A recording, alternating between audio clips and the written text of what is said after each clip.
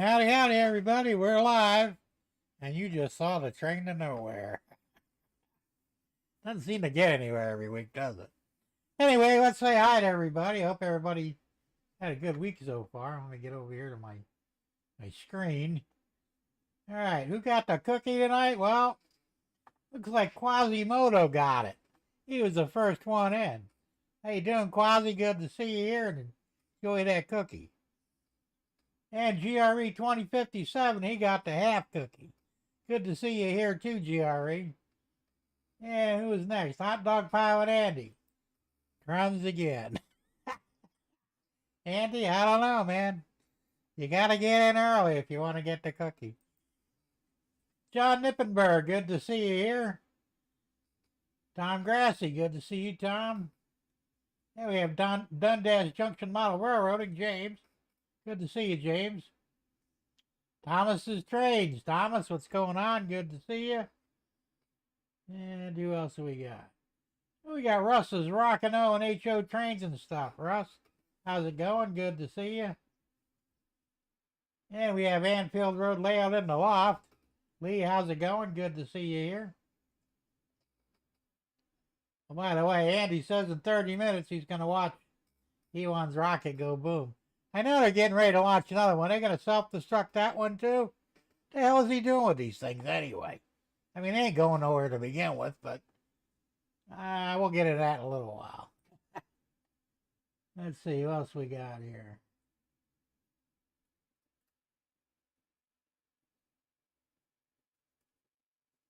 Hey, Gerald Stewart. Gerald, good to see you here.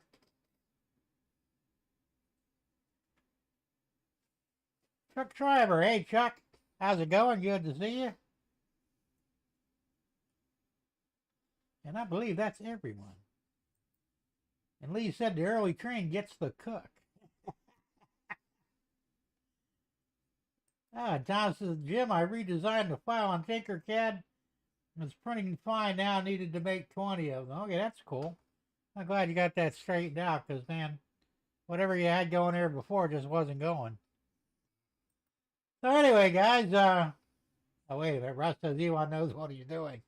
Well, that may be true and it may not be. I mean, them guys are pissing away a shitload of money to launch these things just so they go boom. You know. I know, the unscheduled rapid disassembly. Making a kick out of that one, right? I guess when you're spending that kind of money, you got to have a good explanation for it. Or a good call sign or whatever you want to call it. You know, my biggest problem with that stuff is, I think that's all these rocket launches are fucking up the weather. I mean, the weather has been so screwed up this last year or so. Ever since you started launching all these rockets, our weather patterns have gone to shit. Is it coincidence? Maybe, maybe not. But nobody's even looking into it. I don't understand why, you know. I guess if they did and they found out that it was, they'd have to put a stop to it, which they need to anyway, because it's a fucking waste of time and money. You know, they're not going anywhere. Nobody's going to Mars. Nobody's going to the moon. Everything you see on TV or read on the internet is all faked. I guarantee it. The latest pictures of the Earth don't even show the land masses properly.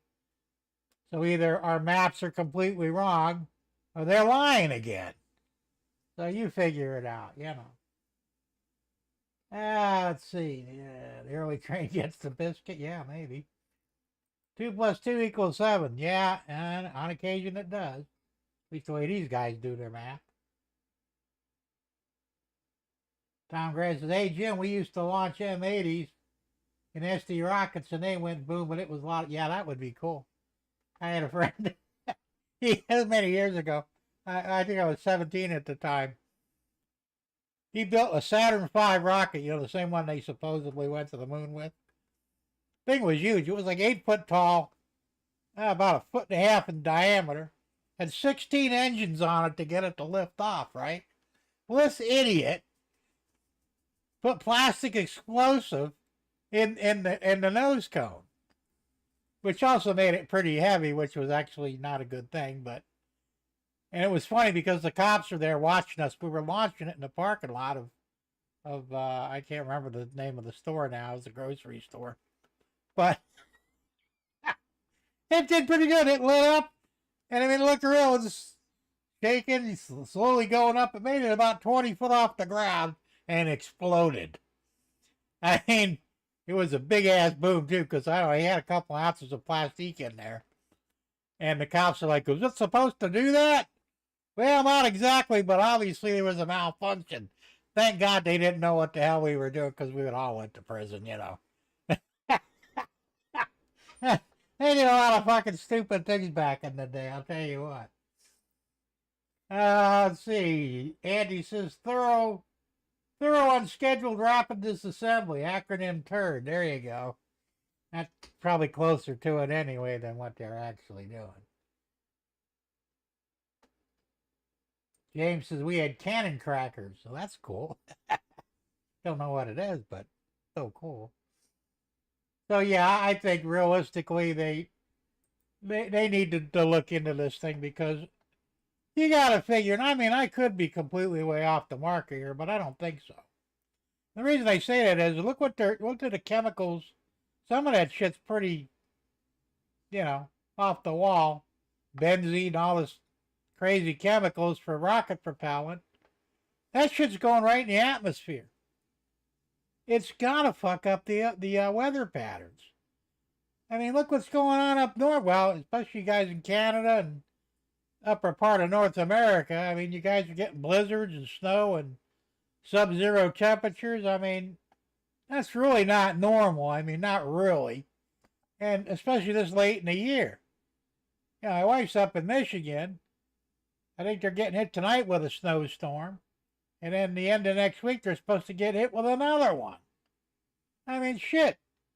Next week, it'll be spring officially. You know, that March 9th is the official start of spring. Well, somebody forgot to tell the weatherman that. So, you know, craziness. Tom Strange and Things. Tom, how's it going? Good to see you here. Only liquid methane? Nah, there's more than that. I guarantee you, because the rocket fuels they use, unless they changed them, they were using benzene, methane. There was 3 or 4 other components in there. Either way, it's not good for the atmosphere. You know, they're worried about cow farts, but let's launch a rocket every other day. You know, what do you think's going to be a bigger problem? And it ain't the cow farts.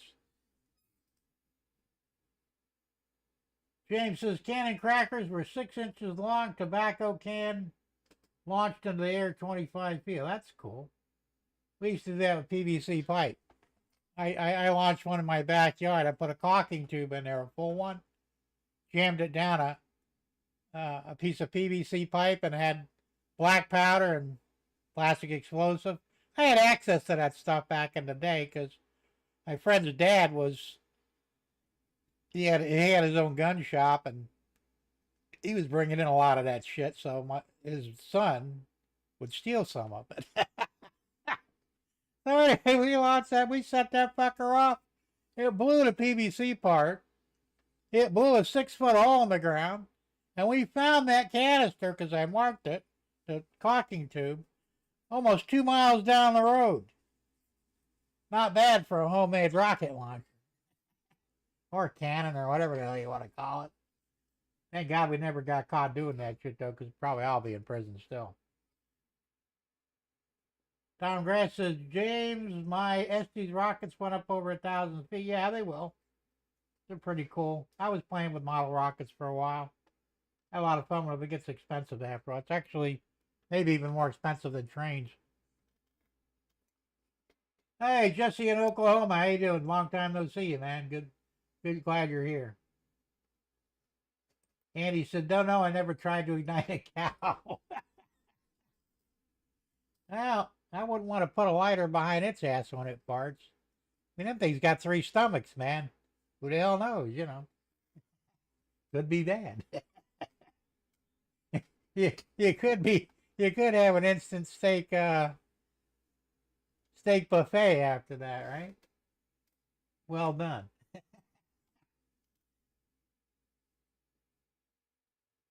Russ says you don't get wealthy by wasting money, Jim, unless you're a Democrat politician. That's true.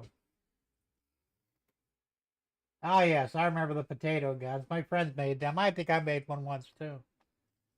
We did some pretty nasty things with those things, though. I mean, not like anything lethal or anything, but we used to mess around with the migrants. Yeah, when they were in the season, they lived in these dilapidated house trailers. Yeah, I mean, I'm almost ashamed to talk about it, but because it was really cruel what we did. But we had a number of potato guns and firecrackers and bottle rockets. Went out there early one morning before they were ready to start picking, you know.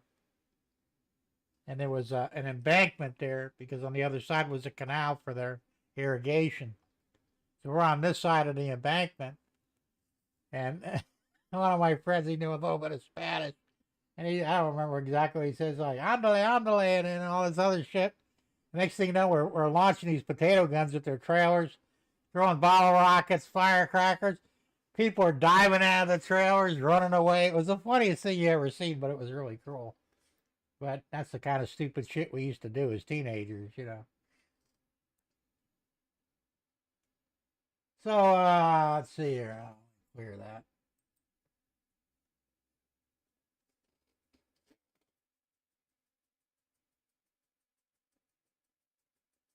That's it. There's hypergolic rocket fuels like unsymmetrical dimethylhydrazine and red fuming nitric acid. Really nasty. Yeah, it sounds nasty. Damn, that sucks. Jesse lost his channel, man. You gotta make a new one now. That sucks. I hope I don't have that problem because I hate to have to go through that shit again. Even though I have everything backed up, and that's the important thing. Anytime you create a channel, back up everything so you can restart it without too much aggravation. Rocket science, easy, yeah, maybe. Hey, Curly Express, Dwight, how's it going, man? Good to see you here. You can put it up if you want. I have no problem with people posting their links. And hey, everybody hopefully go to it, and they'll probably have to all resubscribe to you, I would imagine, right? That's cool. I'll take care of that later myself. And actually, here's the link. Oop, damn it, I gotta quit doing that. Well, you know what? Since I just clicked on it, let me go ahead and subscribe. Alrighty, I'm subscribed and all, and we're good to go. Okay, that worked. Okay, you're all set up then. I subscribe to you again.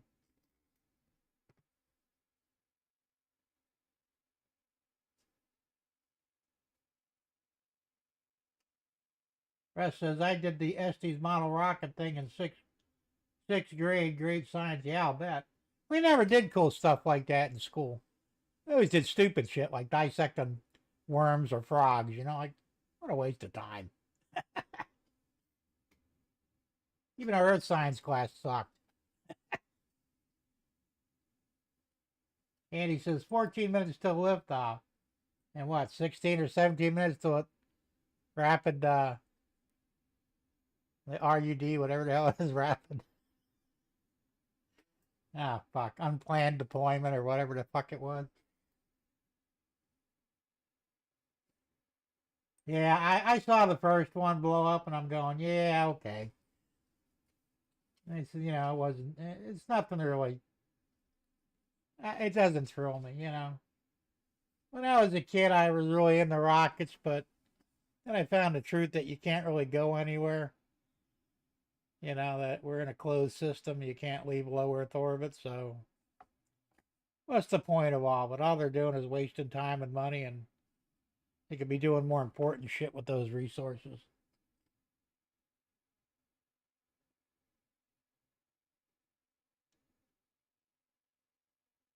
Andy says, I'll get kinetically disincorporated. There you go. You guys are throwing some big words around today, man. That's probably not bad, but not good either. So true. Absolutely, man. I mean, it's, I'm sorry, but it's just the way it is. You know? Because if any of this shit was true, we had already done it. You know? They've been talking about going to Mars for what, 50 years? How fucking long would it take to get in a rocket and go there? It's supposed to take, what, 9 months at our current speed levels? What's the problem? The problem is they can't do it. That's the problem. They quit talking about it because it's all bullshit,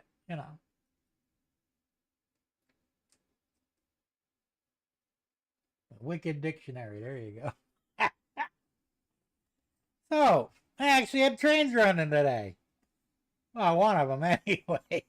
I got to clean the other main line. I couldn't get the engine to go more than a couple of foot and it would die, and I'd get it across that, go another couple of foot and it would die, and it's like, shit. I got to clean the whole track all the way around. And I'll get to it at some point. I don't know when. Jesse said, no, we haven't been. Well, of course not. And supposedly a private company just landed a lunar lander on the south side of the moon, according to the internet. And the same ship watched a sunrise from the lunar surface. Well, that's all horse shit, right? I mean, come on, really?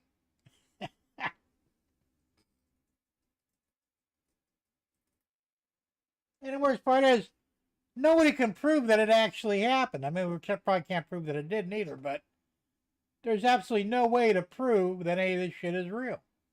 Unless you were actually on it and actually landed on the moon, which isn't going to happen because, we can't do it.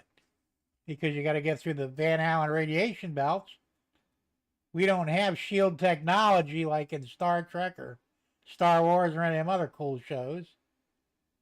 So you would be fried to a crisp 2 or 3 minutes in. And the NASA's admitted it. They're still admitting it. The new Orion spaceship that was supposed to be shielded from radiation, well, we ain't quite figured it out yet. Of course you haven't. Because in order to get enough shielding with lead, the ship would probably have to be 20-foot wall thick. And you'd never get to something like that off the fucking ground. So, it ain't happening. I'll tell you what. Andy says, only when I snip the glue, Jesse.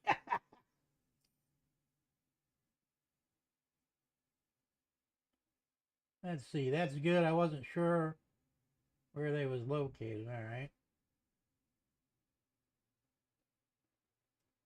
Well, yeah, he's like me, Russ. I mean, if you tell me I can't do something, I'll go out of my fucking way to prove you're wrong. But the difference is that he really can't leave the earth. That's just it. I mean, these billions and billions of dollars or millions, and I don't know what he's spending on these things. I'm sure we, the taxpayers, are footing some of that bill, and that pisses me off too. Social Security's running out of money, right? But they got money to fucking blow up spaceships halfway off the landing pad or launch pad. I don't fucking get it. People are hungry and homeless in this country, but we can spend money to launch a fucking rocket just to fucking blow it up halfway up. What the hell's wrong with these people? Well, that's a good question, and nobody knows that because, they didn't have tracking technology back then. And it probably wouldn't work on the moon's surface anyway if what they say is true about it. It was a sound stage underground in Arizona or some fucking place. We already know that.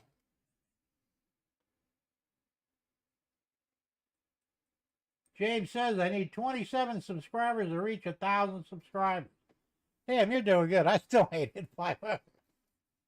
Well, if there's anybody out there who hasn't subscribed to James yet, please do.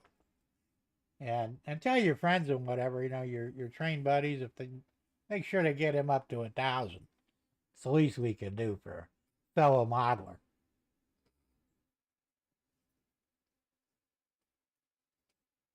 Yeah, I wonder about that too, Jesse. Maybe it is money laundering. Like everything else is, you know. There's so much shit going on in this country. It's just USAID. I mean, we're still giving. Well, I guess we're not now, but we were giving Barack Obama, you know, the president, the black one. We were giving him $2.5 million a month from the time he finished office till just recently. For what? Nobody knows.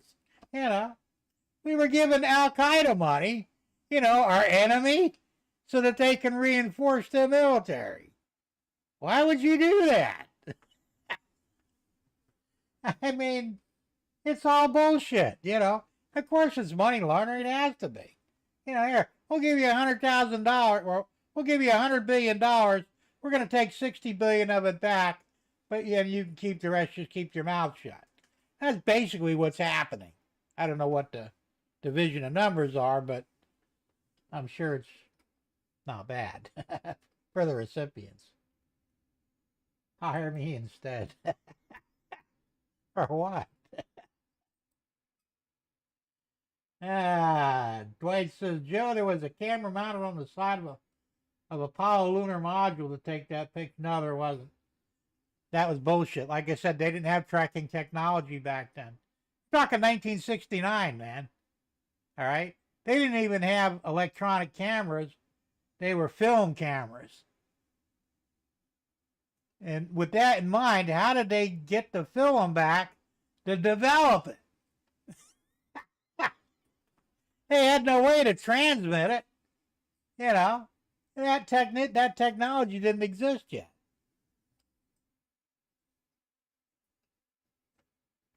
Jesse knows what I'm talking about.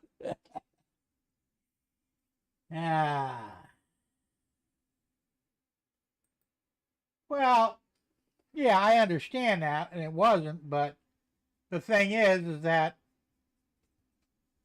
it did eventually come about, just like wireless cameras eventually came about. They just didn't have them in 1969, you know. I mean, they had literally a calculator was the onboard computer on the Saturn V rocket, you know. Even the space shuttle had 3 8088 IBM computers, which were back from what, the late 70s or early 80s? They were a joke. Even though we had newer stuff to put in them, but they said we wanted to update them, but it would cost $1 billion to put newer computers in there. Bullshit. There you go with the money laundering again, you know.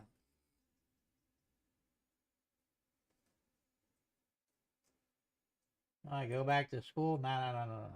I'm right and you know it. Well, whether you know it or not doesn't matter. No, I think you're mistaken about what we're talking about. When they lifted off the moon and the little module that was on the lander lifted separately, there was supposedly a camera some ways back that actually panned up to watch the thing lift off and go into the darkness of space. That technology didn't exist yet. So somebody had to be down there operating the camera. What did they do? Take the shot, land the thing back down again, get them back on board with the camera. Because remember, they were film cameras. Lift off again, and then bring everything back to Earth to develop the film and whatever. Bullshit. You know it and I know it. It's bullshit.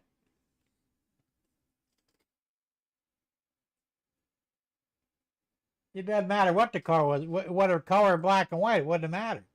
They simply didn't have. It wasn't electronic. It was film. How did they expose? Develop the film in there.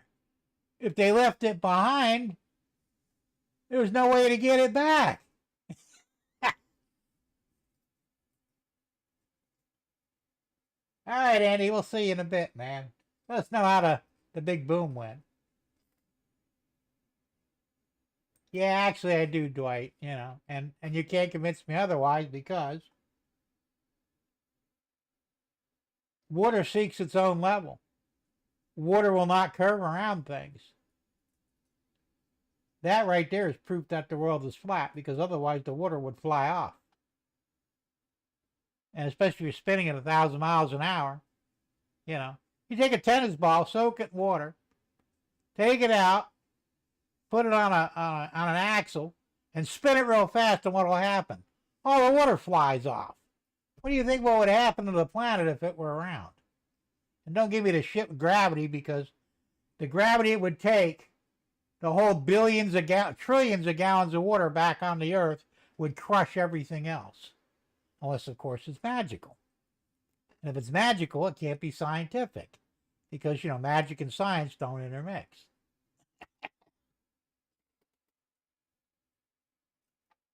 Alrighty.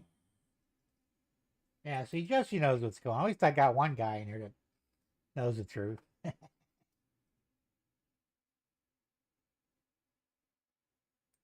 But it wasn't, Dwight, because they said they didn't have the technology. It was everything they brought up there had film in it. They admitted it.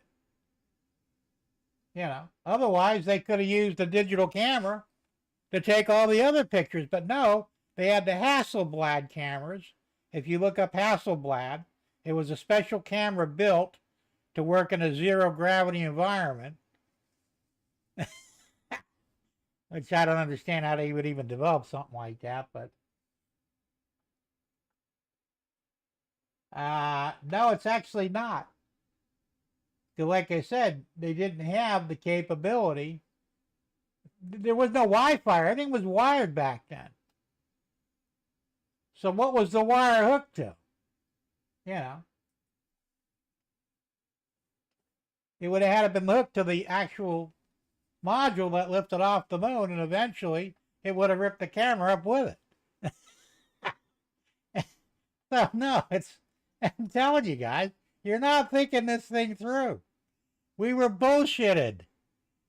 And if we did that in 1969, how come we can't do it today? And NASA admits, we don't have the technology to go to the moon just yet. Well, you had it in 69, apparently, or supposedly. Why don't you have it now? And all the records for the Saturn V and everything else were conveniently lost or destroyed.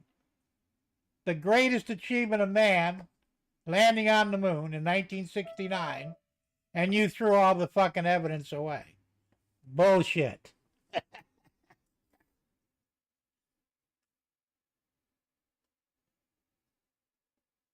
Yeah, it does. Because according to the diameter of the planet, which is 27,000 miles in diameter, in a 24-hour day, you would have to spin it 1,000 miles an hour to get a complete rotation in 24 hours of a body that big. Who needs to go back to school and do their math?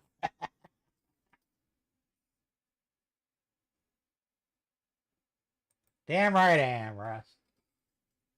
You know why? Because you can't fucking fool me.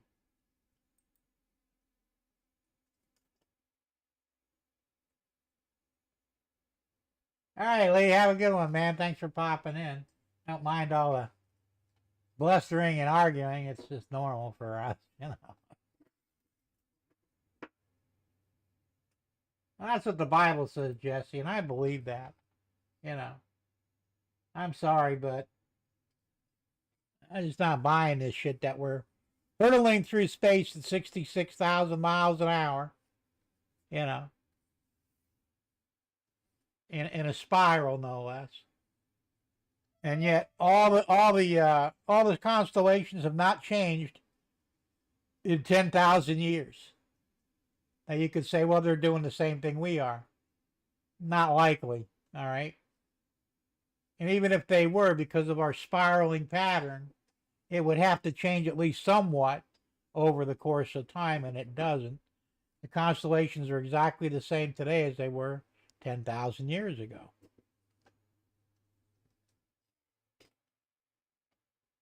What can I say?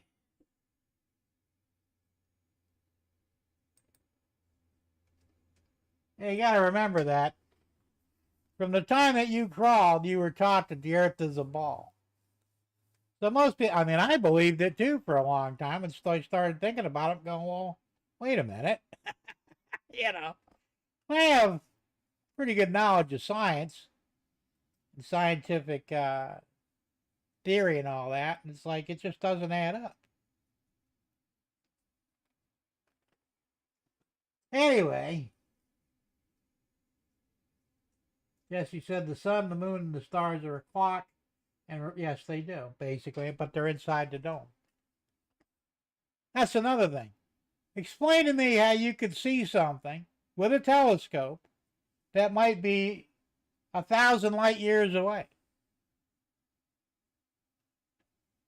But yet, you can't see to another continent with the same telescope on the Earth. Whether it's flat or not wouldn't matter. Even if you went up high in the horizon and aimed your telescope, say, down at like maybe Africa, you can't see Africa. Because even a telescope has a specific focal distance it can work within. And they claim that we have telescopes now that can see, 1 billion light years away. Almost to the time when the Big Bang Theory happened. Bullshit. Sorry, guys, I ain't buying it, Now, like I said, the fact that NASA has printed or published, I think it's six or eight different versions of the planet Earth as seen from space. They're all different. Explain that. On one picture, the United States is huge, almost bigger than Africa. On another picture, Africa is 3 times the size it is now. The continents don't change size. They've pretty much been the same for like a really, really, really long time. And yet, they keep coming up with different pictures. And they admit they're all, what do they call it?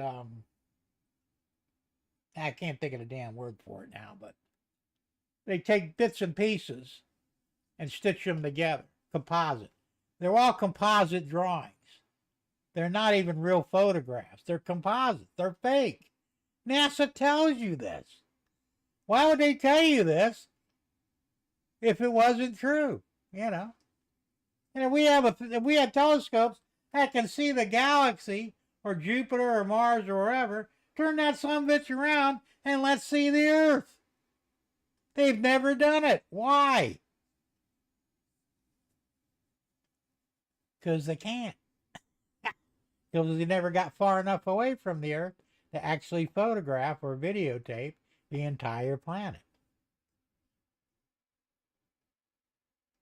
What are you guys talking about? What's up?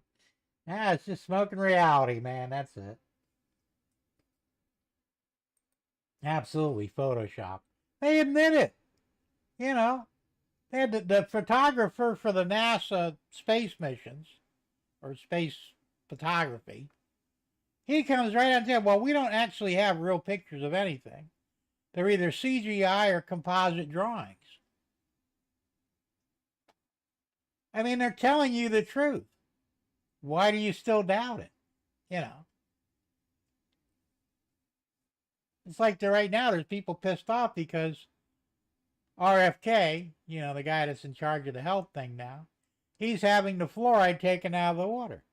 Well, I've been taking fluoride out of my water for years through filtration because fluoride is very bad for you.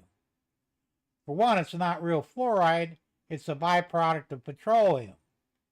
And if you read the back of your tube of toothpaste, it'll tell you, do not ingest. If you do, call the Poison Control Center immediately. Because of the fluoride in the toothpaste. It's deadly. And that's the same fluoride they're putting in your water. They couldn't afford to put the good fluoride in. Not even saying it would actually do any good anyway. We fluoridate all our water, and yet tooth decay has been on a steady rise for years. And the fluoride was supposed to prevent that, Kind of like the COVID shot vaccine preventing transmission of the disease. We already know that's bullshit too. You know.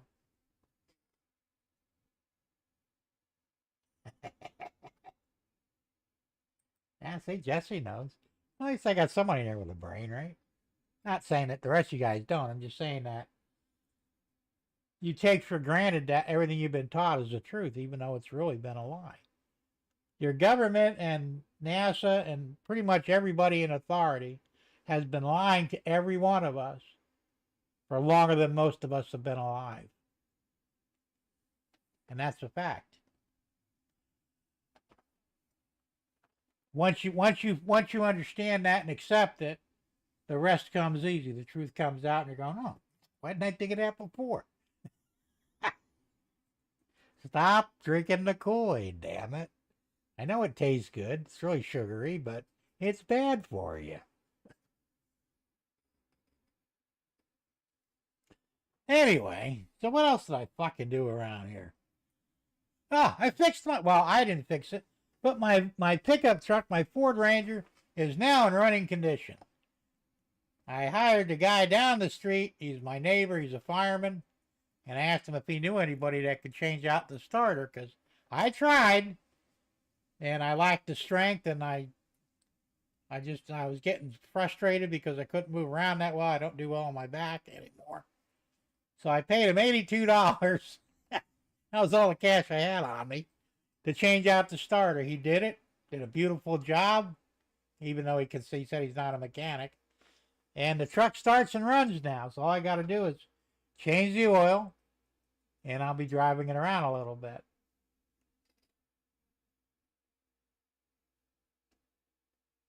And of course, if my wife ever decides to come home, which is still up in the air, I mean, she's not committing to anything, so I don't know. But I told her if she came back, I'd give her the truck. I'd let her put it in her name, and, it'll be hers. I don't give a shit one way or the other, I bought it to haul stuff around with, but she liked driving it more than she did her Mustang, so I figured, well, maybe she'd get better use out of it than I would. So there's that. So finally, after what's been 7 months, I think, since it's been down, well, actually, I just put the new sticker on there in the registration card in the glove box. It expired in September. I think it was August that it quit running. Or July, I'm not sure. July or August that it quit running. So it's been down from that point up till now. It's a long time. Let's see. Jesse says toxic waste disposal equals fraud. Yes, it does. Russ says, yeah, the fluoride is true, just like the poison in our food. Absolutely. And Dwight says, that's great, Jim. I don't drink and smoke, but the world's round and we walked on the moon. No, we didn't. You'll find out. Don't worry. And it's not really an ego buster because it was never possible to begin with, so nobody else is going to do it. The Japanese tried, they failed. The Chinese tried, they failed. I believe the Russians tried and they failed. Matter of fact, one of the Russian cosmonauts ventured into the Van Allen radiation belts and came back with severe radiation sickness. And he was only in there for like a few seconds. It's documented. So, how did we get there? How did they shield the command module that went to the moon to go through the Van Allen radiation belt? Not only went through went out the first time and had to come back. That's twice the radiation. Nothing would have survived that. I believe the Russians had dogs or monkeys in their first spaceships, capsules, and ventured into the Van Allen radiation belt. They all came back dead too. He said shielding it doesn't exist now. We don't have force fields or shields. It's not like, gotta raise the shields, Captain, put them on so we get through the radiation belts. It doesn't exist. Will it someday? Who knows? But right now it doesn't. So you can't get through the Van Allen radiation belts. If you can't do that, you can't go to the moon. If everything we're being told was the actual truth. That's all you got to do is look at that. I mean, they're telling you that they're lying to you. You're not paying attention. You're hearing what you want to hear because it's cool. How old was I? In 69, I was 10 years old. I watched the moon shot and landing and all that crap on TV. I thought it was the coolest fucking thing ever. And I go, man, I would love to go up there and do that shit, except that I didn't have the balls to do it. You know. I mean, I was fooled at the time. I thought, yeah, that's really cool. And trust me, a one-time deal like that, the greatest achievement of mankind, why were the pictures so shitty? They were shitty on purpose because if they had been realistic, we had modern cameras at the time, to take decent video, and even the film cameras could take better pictures. But that would have gave it away because in order to fake it, they had to kind of blur it out and do slow motion technique. They had to do all this weird shit to make it look somewhat realistic. And they're admitting to it now that that's exactly what they did. I said, remember when I think it was Aldrin, maybe? Buzz Aldrin? I don't remember if it was him or one of the others. He fell down on the moon, all right? Now, granted, there's very little gravity on the moon, but he falls down, pushes himself back up, and lands back on his feet. That's not possible. Even if he could have pushed himself back up, because remember the weight of his backpack with all the oxygen and everything else in there, he would have fell back on his back. The momentum would have kept him going. I mean, there's so many things that a lot of people never brought up that I actually thought about and said, okay, if you could fall that easily, when you try to get back up, the momentum would carry you, you'd fall back on your back. You would need assistance.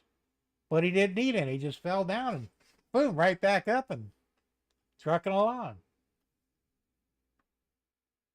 Let's see. Bernard C. Hey, Bernard, how you doing? Good to see you here, man. I'm watching but can't do much from the ER. I wish I had You're in the ER? You're okay, I hope, or your family members are. You don't need any bad news tonight. Get enough of that shit as it is. Jesse says the people in Australia walk upside down. No, not really. But they'd have you believe that. Russ says fluoride was proven deadly deck. Of course it is. Why is it still in the water? And they try and convince you that it's good for you. Preserve your kids' teeth. It does no such thing. It actually makes you stupid. They say it lowers IQs in humans. And that's getting pretty obvious, especially with the latest generation.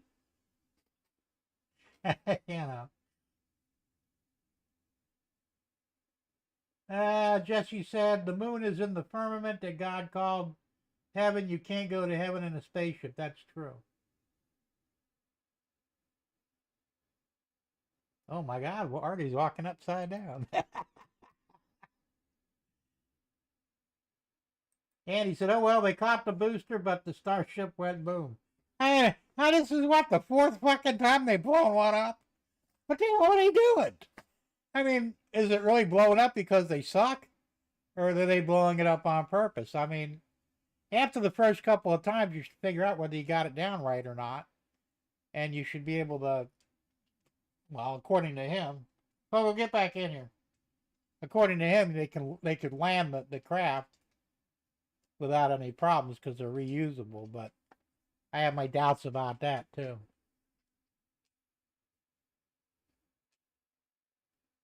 God made the earth round, not flat for you, so you can't walk off the edge. That's not true, because there's actually an ice wall around the planet, or around the earth. You can't fall off the edge. The water doesn't go over the edge. And that one, hell, what's his name? Admiral, help me out here.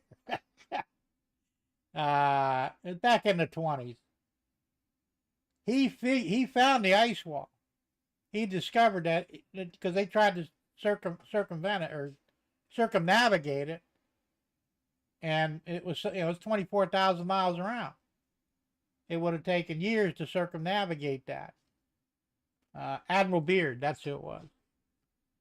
He's also the one that discovered the hole in the earth and said it's hollow. Was he nuts? I don't know. Yeah, I mean, why would you even come up with stuff like that unless it was real?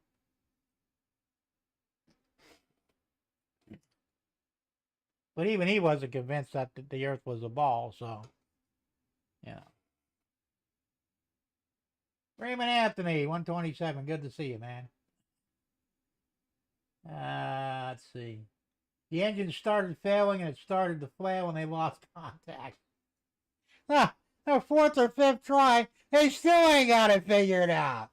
You know, we all know the saying, if at first you don't succeed, try again, right? But at some point, you have to say, okay, this ain't working. Let's scrap it and start over again, you know. And I think the fifth time that the fucking thing failed, they need to start from scratch, you know, back to the drawing board. Just my opinion.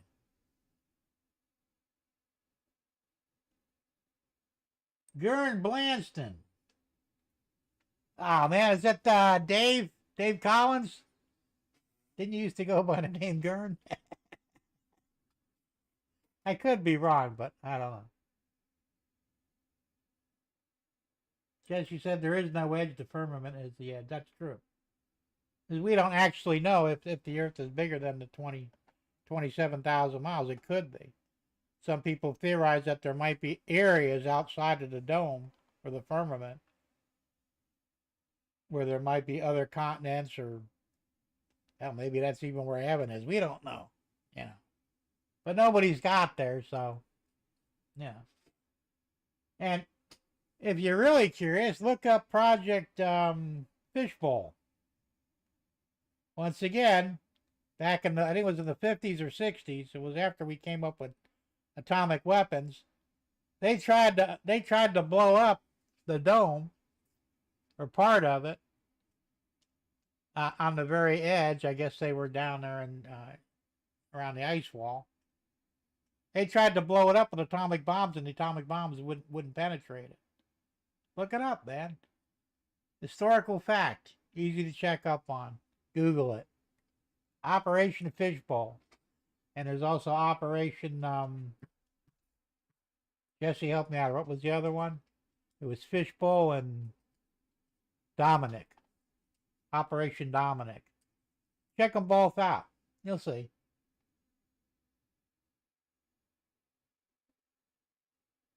That's true, Russ. Well, because it was about money.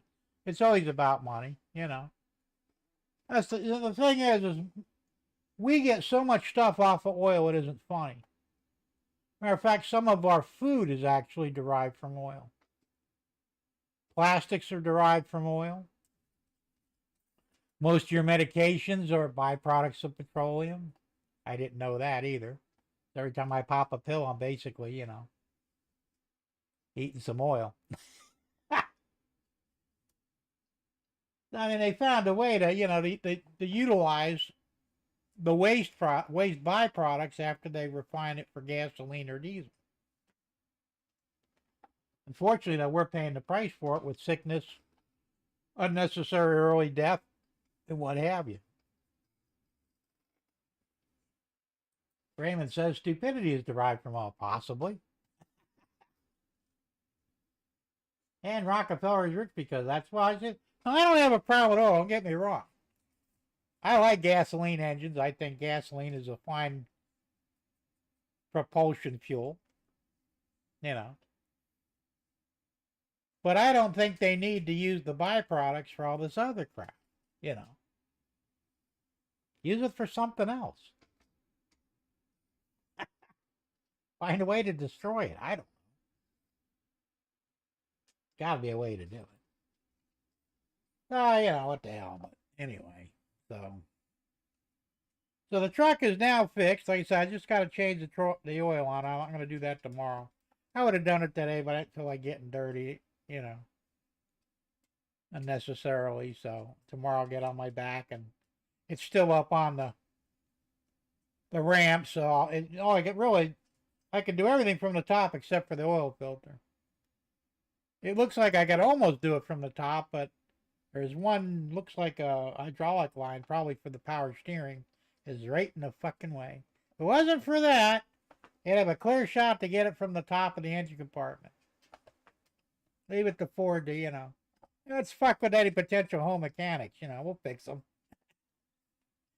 So it kind of sucks, but it was seriously overdue for an oil change. And that was my biggest fear before I got it fixed. I was afraid that maybe the motor locked up because that was almost what it sounded like. I mean, I'd turn the key and it'd go, "Rrr," and that was it. It would like turn maybe a couple of inches. And then it would just go click, click, click. And if I let it set a long time or put the jumper box on it, I'd get a, "Rrr," and then click, click, click. So I wasn't sure. I was taking a chance, but like I said, it's full of oil. Yeah, the oil's been in there a while, but it still looked pretty viscous, if that's the word. So thank God, like I said, we got the starter in. I hooked up the battery cables, turned the key, fired right up. Oh, thank you, thank you, thank you. So, Jim says, any process? Yes, I do. I put, this is fucked up, and this could almost be a rant. All right, and actually, let's make it a rant. Here's my ranting. Is it time for a rant? Yeah, it is time for a fucking rant, all right? I put an ad on Craigslist. I got 2 hits off of it, and then I wasn't getting any more, and I'm thinking, what the hell, Of course, I had a guy that was going to rent the place. He was a 49-year-old journeyman electrician, nice guy. He had a brain tumor, I guess, at one point, but he seemed pretty normal. And it turns out he only wanted to rent it for 2 months, which I was reluctant to do. But I says, all right, well, 2 months is better than nothing. $700 a month, you can't go wrong. So he wanted to rent it that night. And I said, well, look, there's still got stuff in there. I got to get it out. I got to clean it up. I said, let's set up for tomorrow. I said, you can move in tomorrow and pay me then and whatever, no lease, obviously, for 2 months. All right, I'll go stay with my girlfriend then if she's not still mad at me. So the next morning comes. He was supposed to call me at 9 o'clock, right? Well, he didn't call. 10 o'clock comes, no call. 11 o'clock. So I finally called him at noon. I said, dude, did you change your mind? Well, I kind of made up with my girlfriend. She asked me to move in with her. That's cool, no problem, You should have probably called me to let me know. He said, well, I'm sorry, I guess I wasn't thinking ahead. I said, no, I guess you weren't, He says, if things don't work out, I said, no. I said, no. I says, you stay with your girlfriend. I said, I got other people that are looking at it, and I really want to do year-round things. So, Anyway, good luck with your girl, and try not to piss her off, and I'll talk to you later. But, So I'm thinking, all right. So, a couple of days go by, nothing. I also put an ad on Facebook Marketplace. And you'll get a laugh out of this when I get to that point, but not yet. So I go, what are you barking? Get over, what are you growling? Come here. You shut the door. You growling at a bear or something? Crazy ass dog, when I'm getting eaten. Craigslist bumped me off the ad. Said I violated their terms of service. And I'm going, all right, well, what did I do? So I got the thing, and I wrote the ad. It was pretty basic. 450 square foot guest house, utilities and water included, all utilities included, high-speed internet included, looking for a quiet retiree. Well, that was what got me bumped, because they consider that, not racist. What's the other one? Yeah, I'll think of figure. Anyway, you're not allowed to say that. And I'm thinking, well, but that's what I want, I had a couple, this woman, she contacted me. She wanted to rent a place, her and her husband. She said they're middle age. I don't know what the hell that means. It could be 25, could be 35, could be 40. I don't know. And I'm thinking, first off, that place is too small for a couple, okay? And if they want to party or get stupid and argue whatever, I don't need to deal with that crap. So I told her, I says, I'm looking for a retiree. I think she got mad at me, turned me in to Craigslist, and they bumped my ad. So I went ahead and I rewrote the ad, right? Left out the middle-aged or the quiet retiree part. Put it back in. Wasn't up for a half an hour. They bumped it again. I'm going, what the fuck? Yeah, discrimination. That's the word. So I said, you bastard. So I went ahead and I wrote a real generic one, you know. Put it back up there. Swear to God, 15 minutes, they bumped me again. You know what? Fuck you. I don't need your fucking service. So I'm thinking, well, maybe I ought to check the Facebook Marketplace. I don't know why I'm not getting any hits on it, you know. So I go to Facebook Marketplace, I look and I check my messaging service. I got 16 people that want to rent the place. You know, 16 different people. Holy shit. They don't notify you or nothing on Facebook. You know, I figured to go to, because Craigslist went to my email. And you would think that Facebook would do the same thing. No, you got to physically go to your messaging app and look at it that way. So, anyway, I picked one that looks promising. He's a, how old was he? 52-year-old Christian single lady with a service dog. And I don't think she drives because she needed to get a ride to come look at the place. So I don't know what's wrong with her. I don't really care. But she says she's a Christian. She's quiet. She works from home. You know. Probably collects disability too, which is great. So she's supposed to come by either tomorrow or Saturday to look at the place and give me a deposit. Now she doesn't want to move in until either the end of March or possibly the end of April. I says, well, you're going to have to give me at least a month's rent for deposit because I really want first and last, you know, $1,400. I says, otherwise I can't hold it for you because, you know, there's other people that want to move in too, you know. But I picked her because I figured, yeah, I profiled them. Well, you know, that's what you do. I mean, there's a reason why I generally don't have problems with tenants. You know, I'm not a new landlord. I've been doing this shit for a long time, you know. When I lived back in Naples, the back half of my house was a separate apartment. We segregated it. 1 bedroom, 1 bathroom, kitchen, had a full kitchen in there, and a big-ass living room, dining room combo. 1,100 square foot. I made the mistake once. I rented it to 2 young girls. They were probably in their early 20s. You know, I don't know what the hell I was thinking. They paid the first month's rent, you know, first and last, and then never seen another dime off them. They were in there for 3 months. I said, look, you got to pay your fucking rent or I'm going to throw you out. You can't throw us out. Oh, yes, I can. Trust me. You know. And at the time, it was hard to get evictions. Plus, it was going to cost me a bunch of money. I think it was going to cost me like $400 to get an eviction notice. So, fuck, I already lost money. I don't want to lose more. So I had a loophole in my favor. Because I included everything because there was only 1 meter in the house. So I think I was getting $650 at that point. I included electric, water, trash pickup, you know, no internet or phone, but the basics. So because I provided that stuff legally, I could turn it off for lack of payment. The same way that FP&L, which was the power company down there, would shut me off if I didn't pay them. See, if they were paying the electric on their own, I couldn't do that. That would be illegal. But because I was supplying it, I could shut it off. So I did. I shut off the water. I shut off the fucking power. And the one girl calls me up like 10 o'clock at night. She's, I'm really afraid of the dark. Could you turn the lights back on? You got the rent money? No. I said, well, I guess I can't then. You can't do that. So yes, I can. I checked into it. I'll sue you. Just go ahead. Good luck with that one, you know. You can't afford to pay rent. How are you going to sue me? You know, your best bet is to pack up your shit, get the fuck out. Well, 2 days later, they did.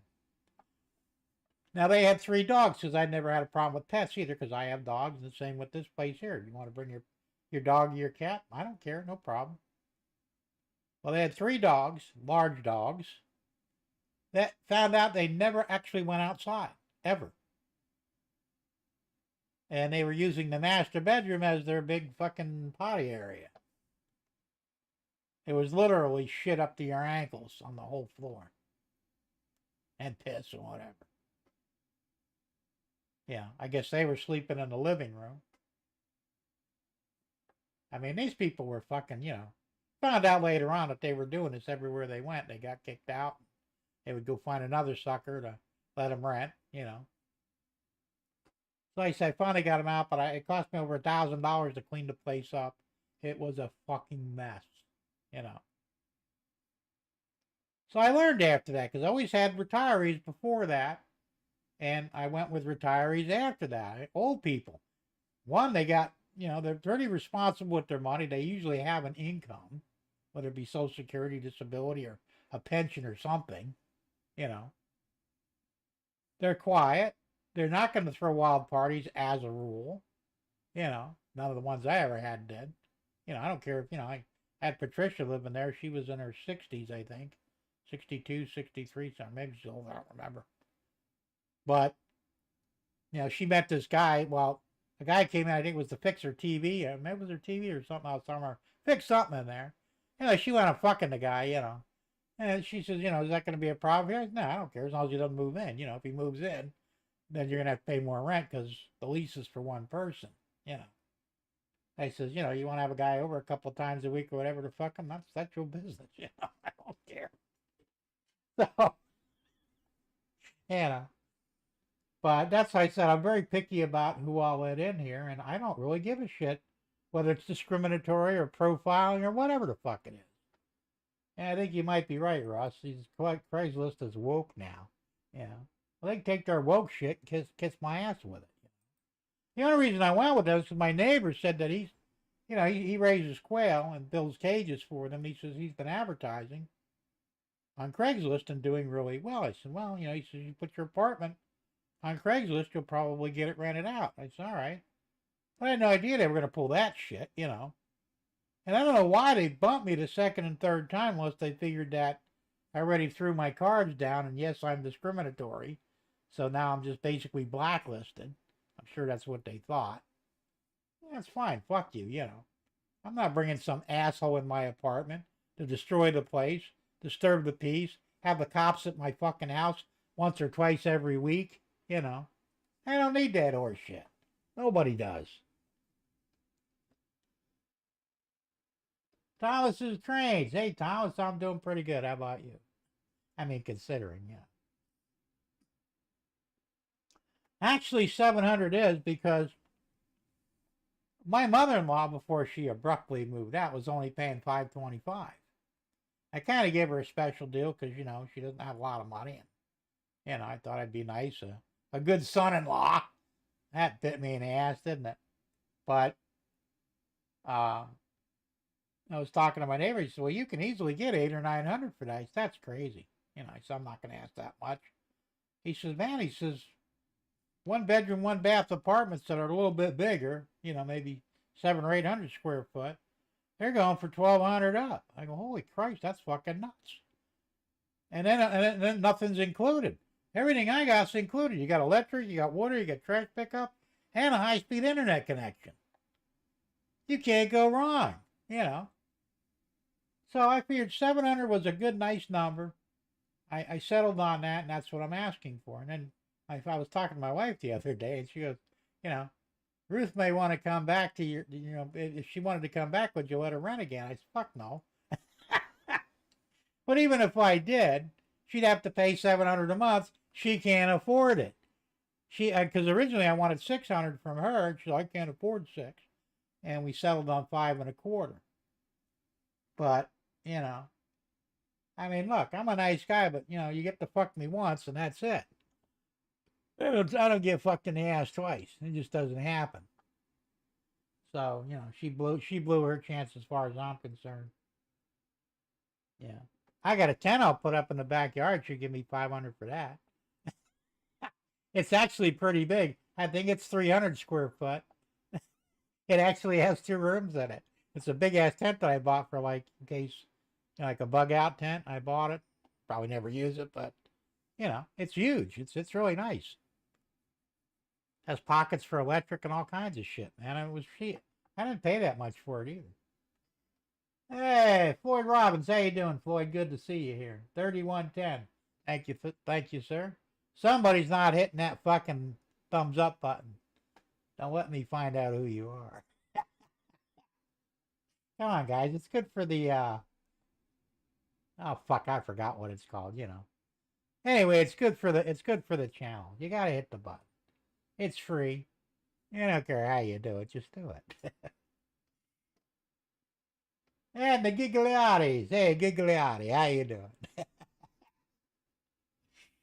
Man, that's a cool name. It just rolls off the tongue, you know. Or a fellow op, you know, or Dago, whatever, you know. Actually, paisan, right? Fellow paisan. Yeah. One of the few words of Italian I actually know. Actually, I'm a very good landlord, man. I mean, I don't fuck around. If something breaks, I fix it like immediately. You know, I said when I had the place down in Naples, it had a wall unit for the air conditioner in there, both heating and air conditioning. Well, it was middle of summer. It took a dive, and I says, "All right, let me order one." Actually, I was going to buy one. Nobody had one in stock in the entire town of Naples, so I had to order one. It took like 3 days to get it, and I gave her a few dollars off her rent, you know, just to be nice. As soon as I got it, put it in there, and she's good to go, you know. Because I said, it's not my best interest to let things go to shit. You stay on top of it, it won't cost you as much down the road, you know. And like I said, my dad was the worst landlord there ever was. That's where I became a landlord because of him. Because he separated the house to begin with after my mother left. And he would take turns. Sometimes he'd live in the back half and rent the front. Sometimes he'd live in the front and rent the back. But he was the worst fucking landlord. He's always bitching because, once again, he tried to hit them up for utilities. So, Dad, you can't do it. We don't have separate meters. We don't know what we use. We don't know what they use. Just raise the rent, figure the maximum amount they can run, you know, on electric. Raise the rent to meet that, and you're good to go. If they use less, it's more money in your pocket. They don't have to know, you know. But if you're going to argue with them every month, well, you know, my electric bill is such and such, you got to pay this. And they say, fuck you, prove it, you know. And that's usually what happened. And he had a hard time keeping tenants in there because he was a dick, you know. And he had one woman in there, a young woman. I guess she was in her early 30s, and I guess she was pretty loose, you know what I mean. And she had guys coming over all the time, and my dad was getting pissed off. I don't know if he was fucking jealous, or he just, you know, I mean, he's a Christian, you know, he didn't believe in that sort of thing. But I said, Dad, you know, because he calls me, he said, I got a problem with this tenant. She keeps having men over every night. I says, well, you know, are they staying there? She said, no, it's a different guy. When he comes in for a couple hours and leaves. I know what they're doing. Yeah, I know what they're doing too. Yeah, and unless you specify in your lease that you can't do that, she actually can, you know. I said, what do you care anyway? As long as they're not destroying the place, she pays her rent on time, who cares, you know? Well, it ain't right. I just, but that's not your call. Well, it's my house, I understand that. But legally, it's her house while she's paying the rent. And while you have certain rights, she has more rights, you know. And there's no law that says she can't fuck whoever she wants in the apartment she's paying rent for. He finally forced her out, you know, because he was up her ass constantly, you know. And honestly, I think he was pissed off because, you know, she wouldn't fuck him. I don't, maybe, I don't, you know. So, I mean, I don't worry about stupid shit like that. I don't care. But in my lease, when I put the lease agreements in the guest house, I actually drew them up today. Didn't fill in names or anything, but all the specifics in there. And basically it says, you know, this is for one person and her dog, you know, because she asked me if she can have her dog. I said, it's a service dog. I said, sure. I don't care about pets anyway. But no more than one person. You can have visitors, you know, like 2 or 3 times a week. That's, you know, maybe spend the night. But if they look like they're moved in there, you break the lease and I can throw your ass out.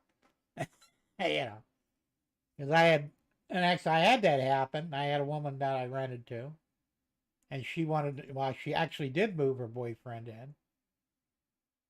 And when I questioned her, oh no, he's not staying here. He's just visiting. He's been here 24/7 for the last week. That's not visiting, okay? But if I open the closet, I'll find his clothes in there. Says, you can't do that. He says, you want to have somebody here, you're going to charge you extra for rent, another $200 a month, you know, because that's wear and tear on the apartment, and the lease was for you and you alone. So she got pissed off and moved out. I said, yeah, whatever, you know. But, you know, like I said, there are rules, and I will stick by rules, but when I draw up a lease, I'm very specific about what I allow and what I won't, you know. And the leases nowadays are funny because the lease that I printed up, they ask you if the tenant's allowed to smoke cigarettes or vape. I don't give a fuck what they do, you know. Skip that question altogether, just rub it out, you know. Then you want to know if I wanted a security deposit. I generally don't do security deposit because if they really wanted to tear up the place, the security deposit wouldn't cover anything anyway. And in Florida, it's very hard to keep a security department even if they do damage to the place. Once again, that's why I go with an elderly person.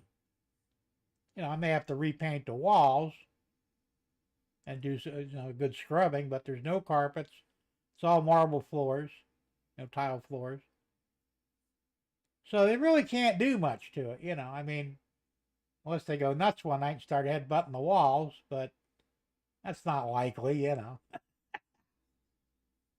So, like I said, I got this all figured out for the most part, and I'm a pretty good judge of character. Now, this woman, I believe she might be Latino. I'm not sure. You know, her first name is Cindy with an S, Syndi, which is kind of weird, you know.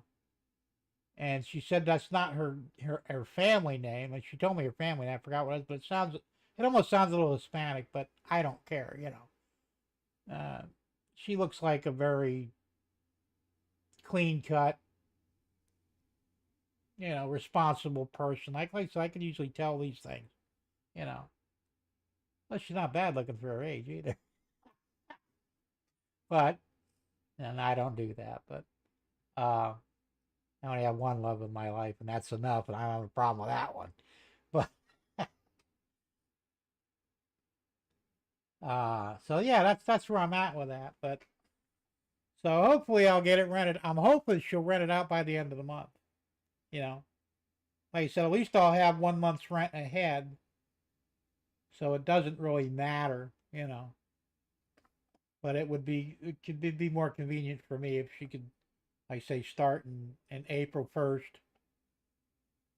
and continue on from that. She claims that where she's living at is not safe for her. I don't know if she's living in a ghetto or what. She might be. I mean, she's here in Sebring somewhere. I'm figuring downtown, you know.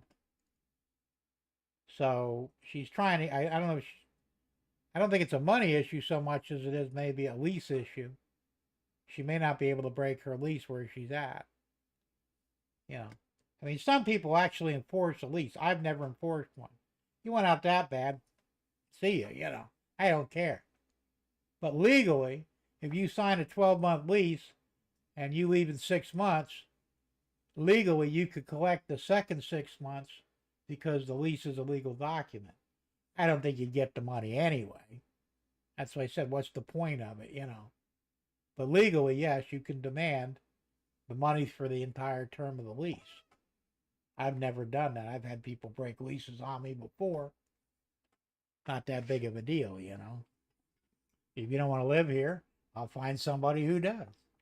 You know, because if you're not happy here, you're probably going to trash my place. I don't need that. I'm definitely going to lose money on that. So go on, you know, go about your business. I don't care. So we'll see what happens. But she's supposed to, I guess she's had to arrange a ride with her pastor, you know, her priest from her church that she goes to bring her down here either tomorrow or Saturday. So we'll see. And if she doesn't work out, like I said, there's 15 others that are, and they're all women. As near as I can tell anyway.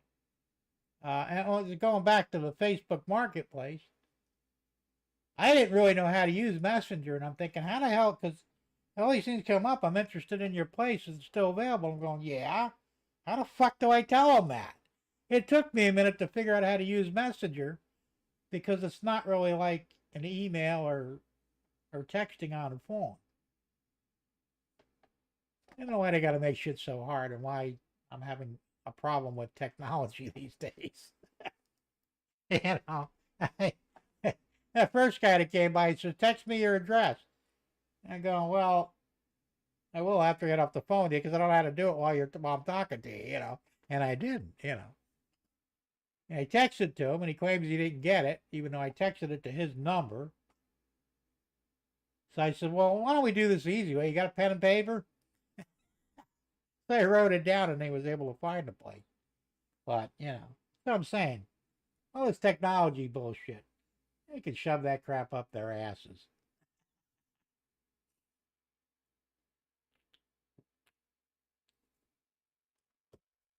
So I'm still working on getting the wife back here. I think she's softening up a little bit, maybe. She won't give me a date when she's coming back, which kind of bugs me. I like, you know, I'm a guy that I gotta know everything. You know what I'm saying? I'm not really a control freak per se, but you know, it's like, well, Tom Grassie's the same way. It's like with the mail. He goes nuts with the mail. He's, you know, he orders something. He'll ask him when you're shipping it, when he should get it, and if he doesn't get it, he gets pissed off. I don't blame him. I'm the same way. You know, I expect things. You know, if you tell me something, I expect you to follow through with it. Probably why my wife won't tell me when she wants to come back. She may not be so sure, which of course is problematic in and of itself. But I am hopeful. Of course, the worst part they're having now, the weather is so bad up there. They're getting hit with another snowstorm, and supposedly a bomb cyclone is supposed to hit next week. Now, for all of you don't know, a bomb cyclone is an on-land hurricane. I'm not lying here. I don't know if my wife is aware of that or not, but that's what it is, okay? A cyclone is basically a tornado or a hurricane, and a bomb cyclone is one of the same things, but with snow instead of water. So they're expecting a bomb cyclone up there with up to 80-mile-per-hour winds. Fuck, that's a fucking hurricane, man. You know, they said you're going to be trapped up there till fucking summer, maybe longer. You know, you need to get the hell out of there while you still can. And I was telling her, I said, you know, I'll put you on a bus or a train. Well, it turns out the bus was $375, 32 hours, and 5 transfers. And I don't think that that's a smart move. Then it goes in the like places like Detroit, Chicago, you know, all the Indianapolis, all the worst places in the States. And I'm thinking, there's no way I'm going to endanger her life like that. You know, I wish she'd just get on a fucking plane. I could get her on a plane one way for $115, I believe. You know, 4 hours later, she's here. The likelihood of her plane crashing is slim and none, you know, even though she's terrified. And it would be a done deal. And Amtrak doesn't have service from Michigan to Florida. They got it from Chicago to Florida, from Indiana to Florida, Ohio to Florida, but not Michigan. And it's about the same price as a fucking bus, which is fucking outrageous, you know. But I don't think I can convince her to fly in an airplane, which is funny because she was ready to do that at one point to go up and see the baby when it was born, which will be the end of April. Now all of a sudden, I'm not getting on no damn plane. So I don't know if she's just making excuses or she really truly is terrified. I mean, I can't fly because prior stroke. Excuse me. The doctors even told me avoid, you know, thin atmospheres or pressurized cabins because it could induce another stroke. So that means no flying, no hanging out in the mountains, no scuba diving, because that's the opposite, but still you have a problem with pressurization there too. So I can't do any of that shit anymore. So I got a valid excuse, you know.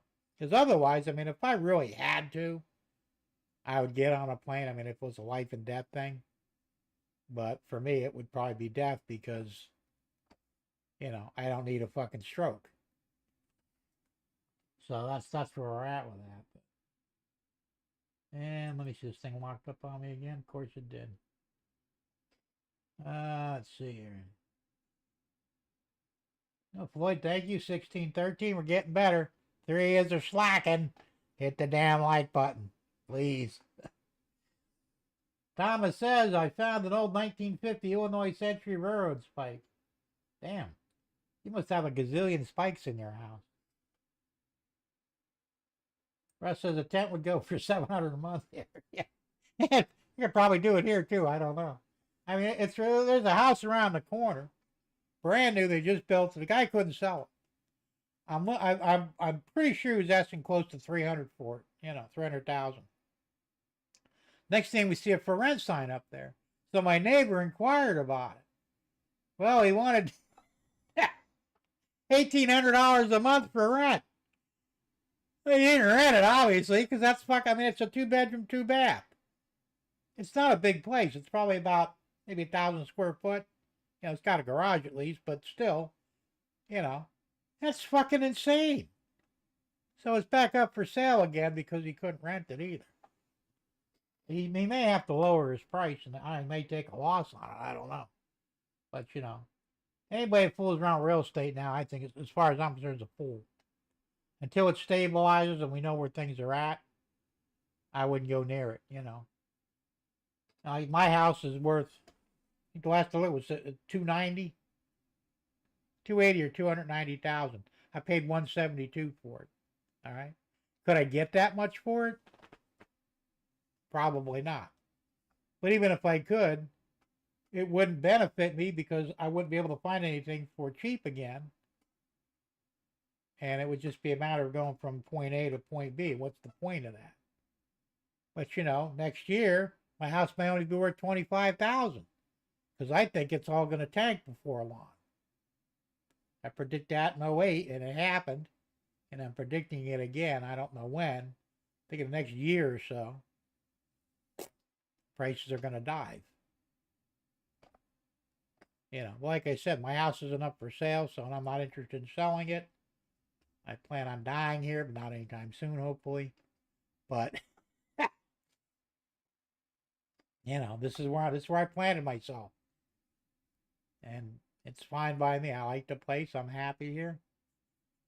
What more could you want? Ray says I was looking. Hey, Ray Bergelson, how you doing? Good to see you here, man.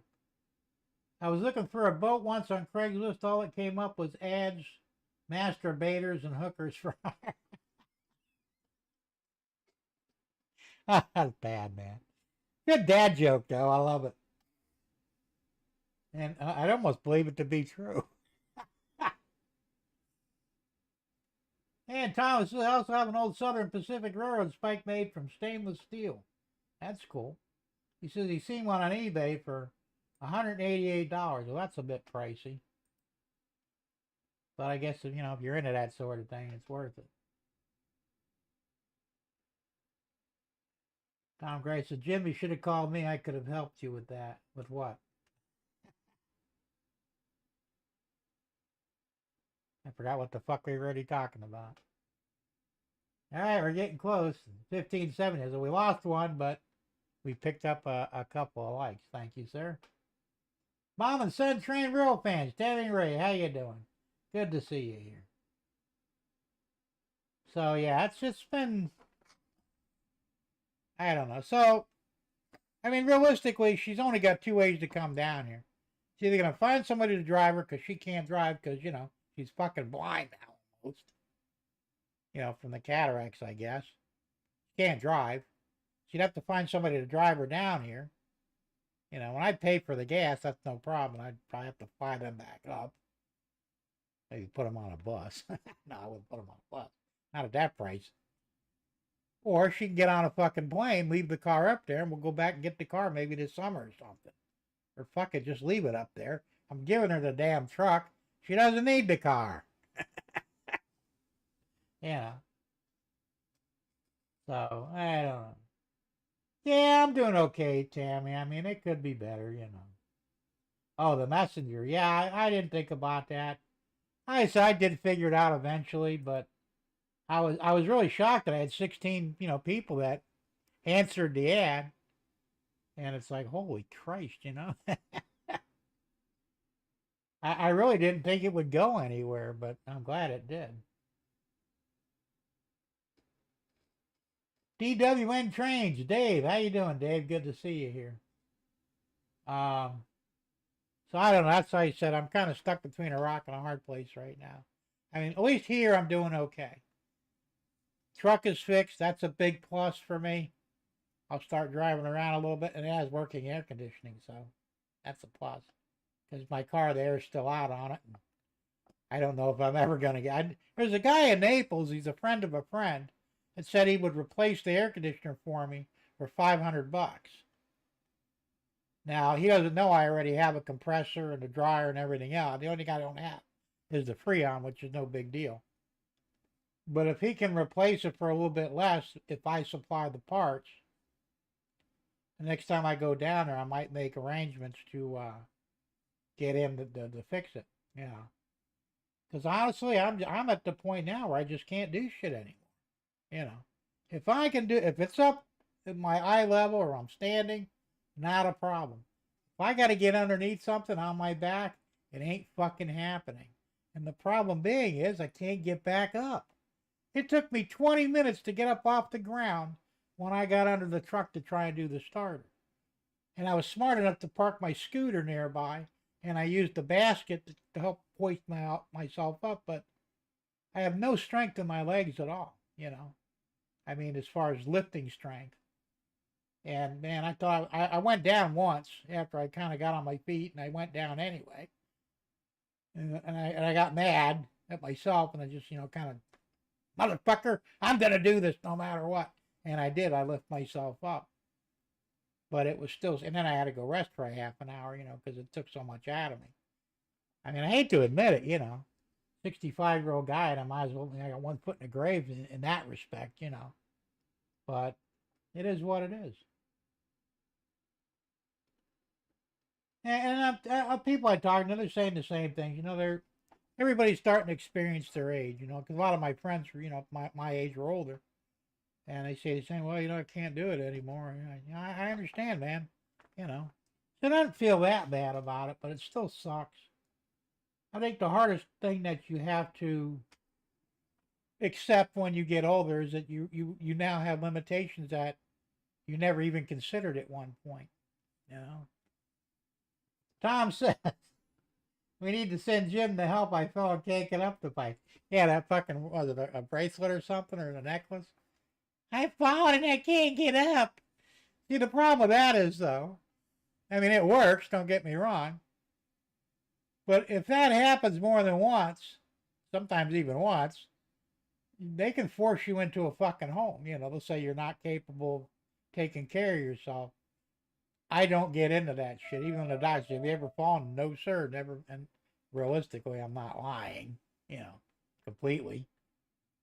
Because they don't need to know that shit, And I tell the doctors as least as possible so that I don't have any problems with them. Because they'll do that shit. They did that to the fireman when I was talking to him when I was doing the starter on my truck. He says, yeah, he says, there was this old lady that lived in town.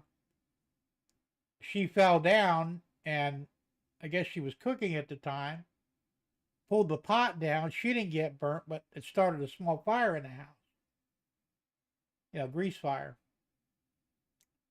So she was able to, get on her phone and call for help. But they went ahead. The fire didn't do any real damage or anything, but they determined, because she was in her 90s, that she was no longer capable of taking care of herself, forced her out of her house and into a nursing home.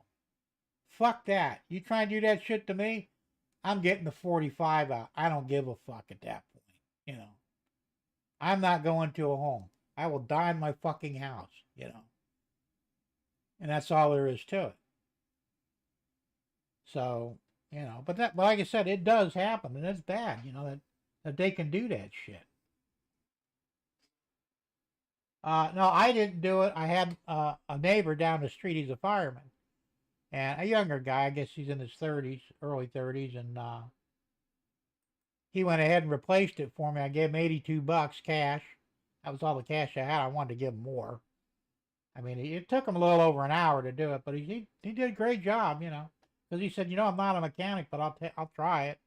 I said, well, it's real easy. It's just 3 bolts. Hold the starter on. I said, the problem is I don't have the strength to break the bolts anymore. He had a tough time.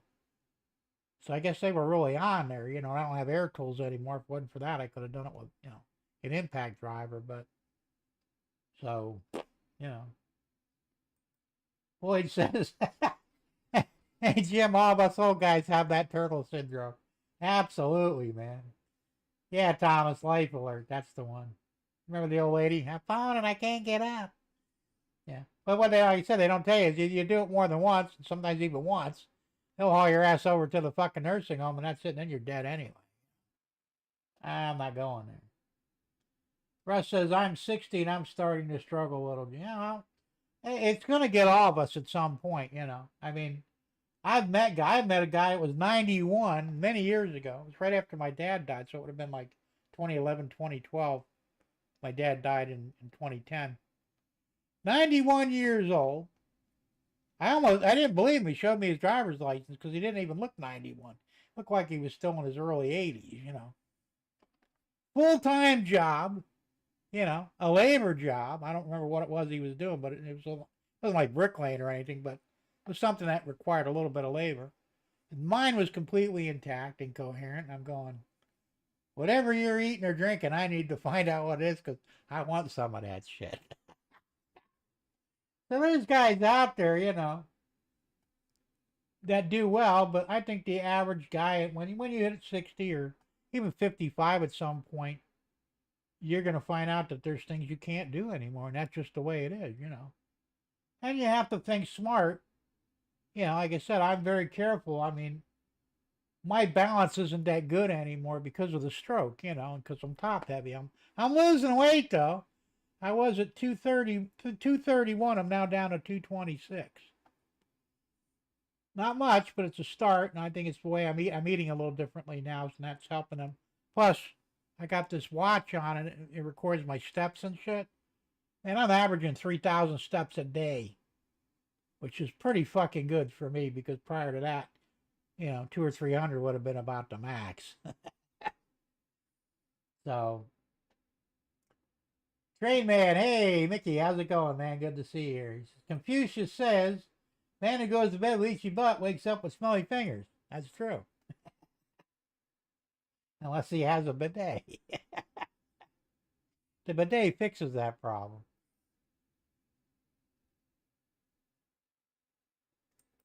And Dave says the same thing. I agree, Jim. Hold your ground. Keep the cat. Absolutely, man. I'm dead serious. I mean, I don't know how long. I may see 90, 91 myself. It's kind of in the family. That's the average age. But I figured the stroke might have shortened that a little bit. But regardless, I want to die in my fucking house, you know. I'm not going to be killed in a fucking nursing home. They killed my dad in a nursing home. They morphined him out because, you know, he had Alzheimer's, and I think he was probably getting to be too much of a problem for them.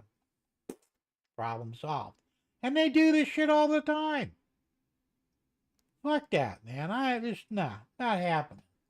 You want to take me out? You're going to work for it. And I may take you out first. What are you going to do? Kill me? You know? I mean, you don't fuck with a guy who's got nothing to lose. And if I make it to, say, 85 or 88 or 90 or whatever, at that point I got nothing to lose. So would I kill you? Absolutely. Wouldn't even blink an eye. Fuck with me? I'll fuck with you. Permanently. Thomas says I'll be 40 in 10 years. So you're only 30 now? Damn kids. Yeah, shit. Andy says, I did what you said, Jim. I laid on the floor and got up without using my hands. How the hell did you do that? Well, I say I can't do that anymore. All my strength is in my arms, believe it or not.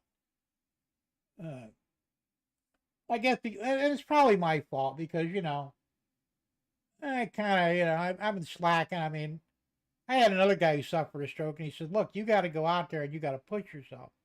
I says, "I'm at that age where I just don't want the pain anymore. I lived with pain my entire life, you know. Never really bothered me. Me and pain were best friends. After I had the stroke, it like changed something, you know. It's really painful for me to walk, or I can't stand for any length of time, you know. I can stand for about 5 minutes if I'm not braced up against something. And then I got to sit down or I'm going to fall down, because I just can't stand anymore. And I'm in severe pain. I think the stroke made one leg shorter, the right side that was affected. And because I'm not balanced anymore, I saw the bone doctor for that. And he didn't really agree with me. So I'm thinking, well, maybe I'm full of shit. But, I saw a chiropractor that noticed that my right leg was like a half-inch shorter than the left leg. He says, I could stretch that out for you. So you could try. And he did. But I don't think it held. I think it reverted back. But I mean, as soon as he did it, I was walking almost normally and not in any pain. But then, like I said, it reverted back because it'd been that way for so long. And my insurance wouldn't cover him. I couldn't afford to pay him out of pocket every week. So, Gerald, I've fallen. I can't reach my beer. That would suck, wouldn't it? Hey, real artist, how you doing? Good to see you here, man. He says, I'm 75 and still rocking and rolling just as I did when I was 55. Thank God, you absolutely count your blessings, man. Some guys, they're lucky that way and others not so much, Tom says, Jim, when I lived in Key West, I met a guy. He was 89 and he could bend over and touch his toes without bending his knees. I was impressed. I try to do that every day myself. I get down about my knees. Ain't get no further, I mean, me and my neighbor were talking about that. I says, he's a little younger than me, but he's got bad gout in his actually he's got it in his legs and he's got it in his hands. And he says, I wanted to cut my toenails the other day, so I couldn't reach the motherfuckers to do it. I says, yeah, I got the same problem. But I saw an ad for a long pair of toenail clippers, so you don't have to bend down as far. And they're ergonomically designed so they work well. They're like $35. But I says, I may have to buy a pair of them.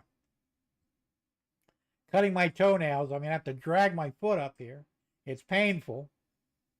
And I still have a tough time clipping them, I was seeing a podiatrist for a while, but that was back in Naples. I liked him. I saw one up here.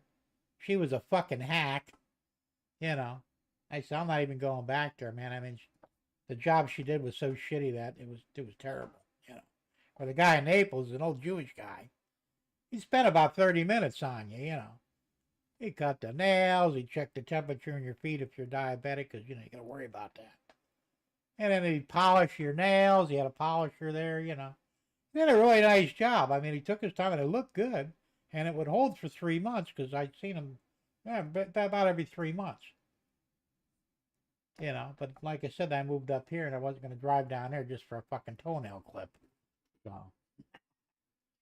but, yeah, so I'm saying, it's just, it is what it is, but, yeah. But that's the truth, though. We're all getting older. That's a good thing because, the alternative is not good. There's only two ways to do this, above ground or below ground, I prefer to be above the ground.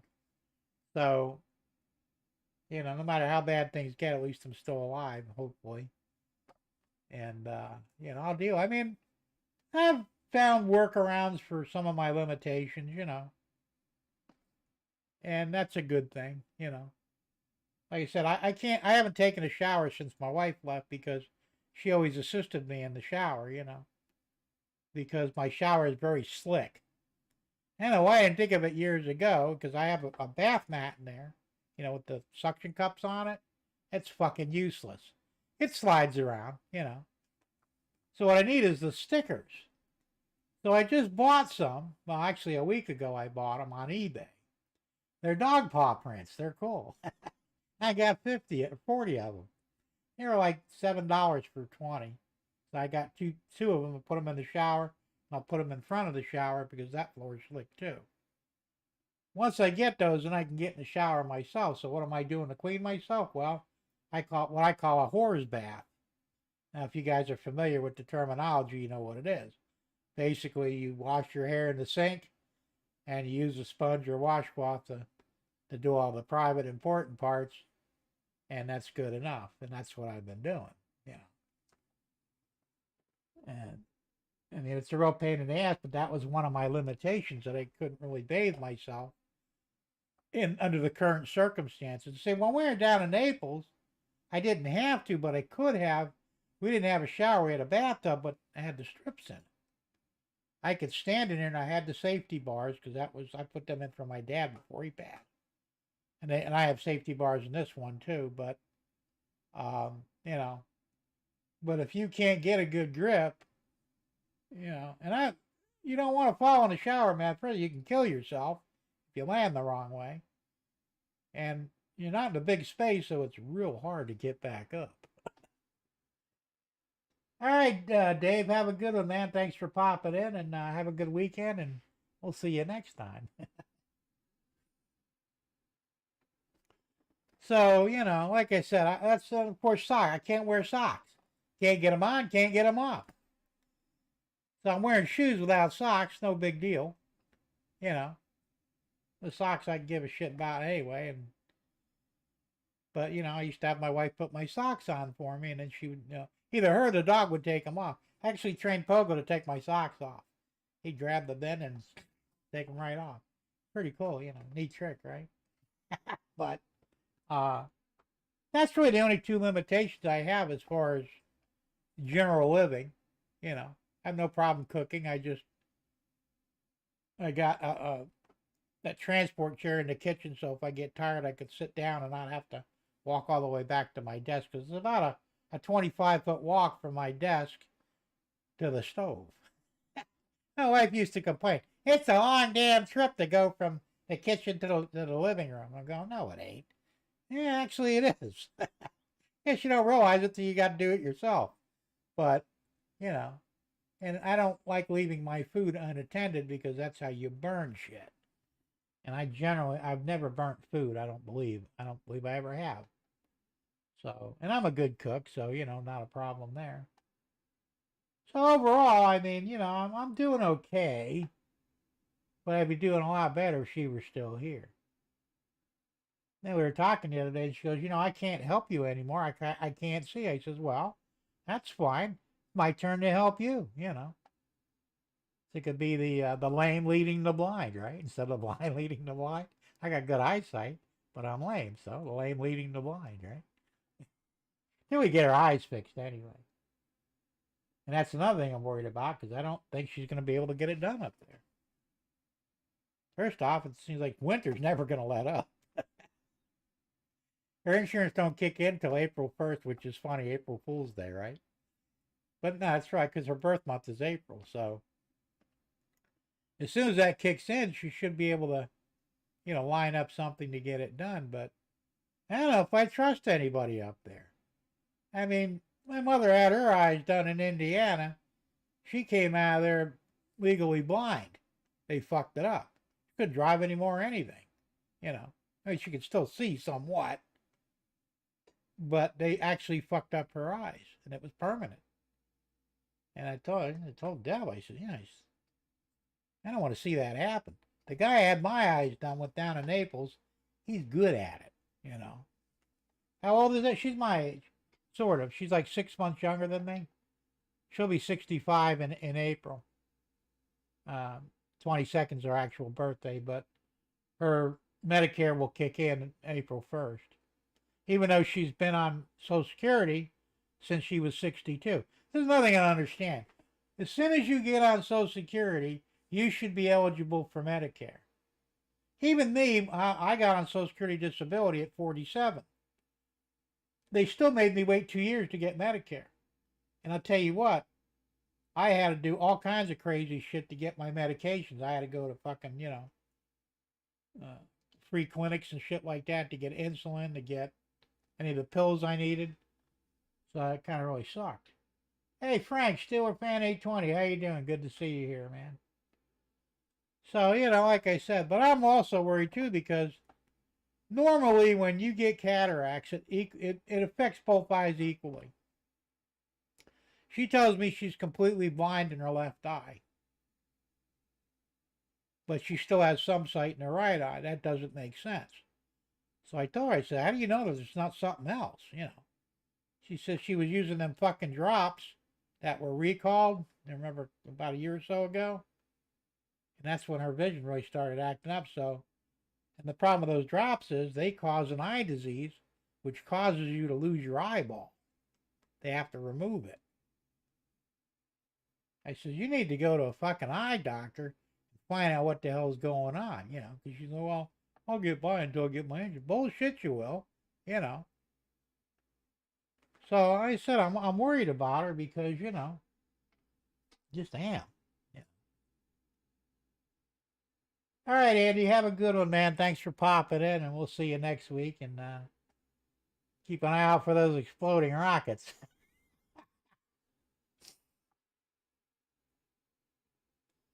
So yeah, it's just been last few months. Well, the last month or so has been a real fucking adventure for everybody.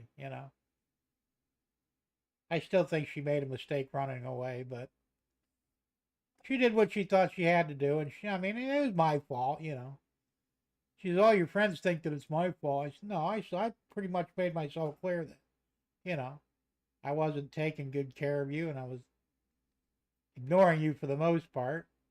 I have no excuse for it, and but what you should have done, sat my ass down and said, look, we got to figure this shit out, or I'm fucking out of here. That would have been the right way to take care of it instead of, only run, 1,000 miles away or however far she is. I think it's closer to 1,400. Well, only run away 1,400 miles and then we'll figure it out. Well, that's stupid. Well, she didn't drive, I don't believe. I think she had her grandson drive her car. And she probably either rode in the car with him or rode in the car with my stepdaughter because she had a big SUV because it said her mother-in-law went up too. And then my stepdaughter's boyfriend drove the U-Haul. So I'm thinking, 3 vehicles up, and I guess it must have been a rough ride because, but so I'm saying it's a long fucking. I mean, I thought about me. You want me to come up and get you? She said, well, no, that's too far. And realistically, she's right. Could I do it? Yeah, maybe. But I mean, right now it'd be rough, man. I'd have to do some winter driving and shit, and I have no heat in the car. That would suck. I mean, I've done it before, but I was a lot younger the last time I did that. So like I said, there's only 2 ways she gets down here. Either somebody drives her down here, or she gets on an airplane. Personally, I think she should just get on a fucking plane and be done with it. She's got a little dog, a little chihuahua. You could bring that on the plane, a little extra for that, no big deal. I'll pay for this shit, no big deal. And a suitcase, and that's all she needs. It's, if there's anything important, she claims she threw most of her shit away. If she's telling the truth, then she probably didn't have much left anyway. I mean, she left a lot behind anyway. I mean, she took all her clothes and stuff, but, get a suitcase full of clothes, you'll be fine. We'll get you new clothes when you get down here. But, that would be the smart way to do it. Fuck the car. Don't even know if the car will make it down here. I mean, it's an 05, it's a Mustang. It might make it. It might not. What if it lets go halfway down? Then what? So it's a big chance to take. And like I said, then you're talking, you got to pay, it's going to be $200 for gas, I figured. And then I have to, whoever, if she has her grandson drive her down, I have to fly him back up. So I'm looking at probably close to $400 by the time I get through. She could get on a fucking airplane. I priced out planes and it was $115 without the dog. I don't know how much extra is for the dog. Can't be that much. $50 maybe. Yeah, it's a tiny dog. You can put it under the seat. Uh, Still, it's going to be cheaper to get on a fucking airplane. Be down here in 4 fucking hours. I go down to fucking Fort Myers, pick her up, bring her home. Boom, we're all done. You know. She has a vehicle to drive, which she can't drive right now anyway, because she can't see. But I can at least take care of her until she gets her eyes fixed. And then she can drive the truck, and she can just have the fucking truck. I don't care, you know. Will she do any of this? Don't know. Not going to push it, you know. It's just like, yeah. Well, you better hope I don't meet anybody before she gets back here. I don't think I would do that, but you never know. Hey, Sparky, what's going on, man? Well, yeah, I know that. That's true. It would cost a fortune. You're looking at a couple of $1,000.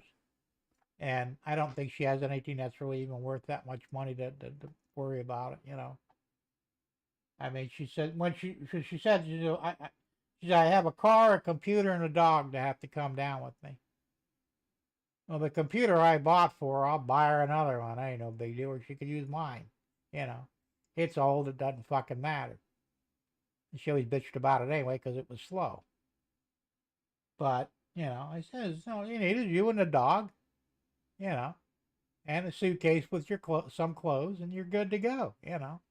Anything else can be mailed down, you know, small stuff, you know, whatever that stuff might be. And I said, no, I'll pay for that too, but, you know, to bring furniture and that, she claims she got rid of everything. And well, if you're going to get rid of it, why did you take it to begin with? You know, like she took the fucking washing machine.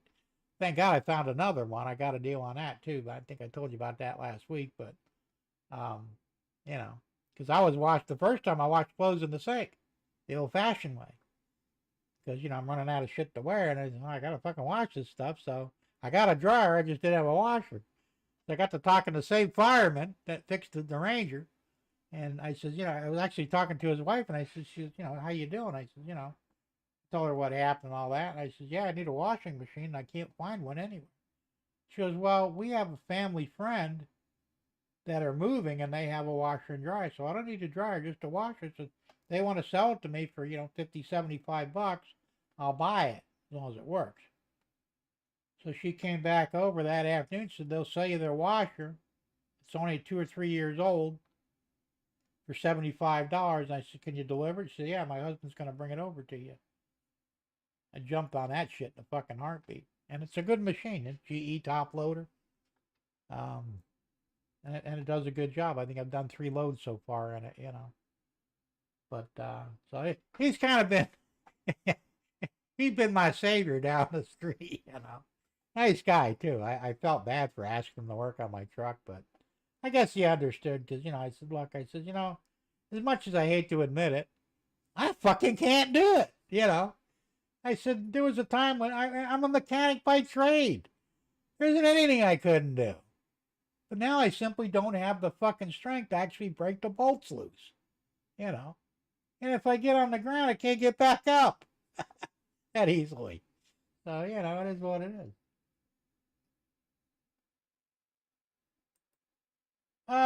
Well, yes and no. Like I said, I think it would cost me more in the long run, which I'm okay with that, you know. I mean, like I said, I'll fly him back. I'd be looking at about a little over $300 total. They said 200 for gas to get down here, 115 or whatever to get him back up on an airplane.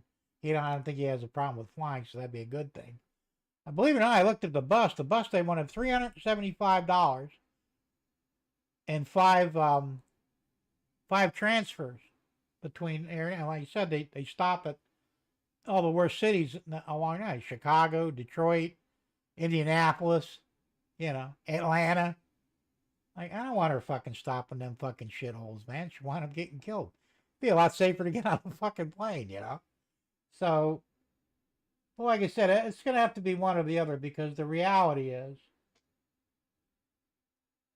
I don't even know if the car would make it back, you know. I was originally told that they towed it up there. I assume they put it on a trailer behind the U-Haul, which they may have. I can't get an answer out of anybody to find out, but if they did that, that's probably a better option. But then again, it also leaves the chance, would it have made it up there to begin with? You know? And right now it's sitting underneath a ton of snow. You know, and I told her, you don't have antifreeze in that, you got coolant in it. Coolant provides some protection, but it's been below zero up there for extended periods of time. You know, it could have cracked the fucking block. She hasn't run it long enough to find out. I tell you, run it for 30 minutes, see if it gets hot. If it gets hot, it's probably fucked. You know, if it doesn't get hot, then I guess you're okay. I mean, I used to go up to Indiana during the winter. I had crankcase heaters. Well, I had one in my U-Haul truck because I was doing a lot of winter driving with that, and so I could plug it in, you know, whenever I got where I'm going. And in the car, I had a I put blankets on the car engine, you know. And believe it or not, the blankets kept it warm enough so that it wouldn't freeze up. The only problem I had was with my Fiero, because the Fiero had the engine in the rear, radiator up front. They were aluminum coolant tubes underneath the body, and they were exposed. Well, they were in the snow, and that's what I'm saying. I was ready to come back to Florida. I got in, fired it right up. I got about 2 miles down the road. I'm fucking cooking. Oh fuck! What the hell? You know? So I stopped. I checked the radiator. It's all slush. And then I remembered, damn, the fucking pipes under it probably froze solid. Lucky it didn't split them. You know. It took me 2 days to thaw them out with a torch, because I had to do a little bit at a time and I didn't want to overheat it or risk melting or rupturing it. And then I was able to come back home. I got lucky it didn't hurt anything. You see, I had antifreeze in there too. But like I said, the car sat for like 2 weeks. I didn't drive it. I didn't need to. And it was literally buried in the snow. You know, not a good thing. That's why people don't drive those cars in the winter up there, because they're not good in the winter. All right, Floyd, have a good one, man. Thanks for popping in, and we'll see you next time. And be safe and have fun and play with your trains. And I think I'm going to get out of here, too. It's 8 o'clock, and I've yacked enough today. So, and I'm sure you guys are tired of hearing my fucking woes anyway, but... So anyway, thanks for popping in. We didn't get to talk much about trains because I didn't do much, but I did have them running. And you're up to date now on everything I've done so far. So now it's just wait and see on the rest of it. We'll see what happens. I'll keep you up to date. Anyway, guys, have a good one, and we'll see you next week. Here's the outro. Oh, and don't forget to flip off the maintenance guy. He's still there. Been over a year already. He needs to get fired. All right, what happened?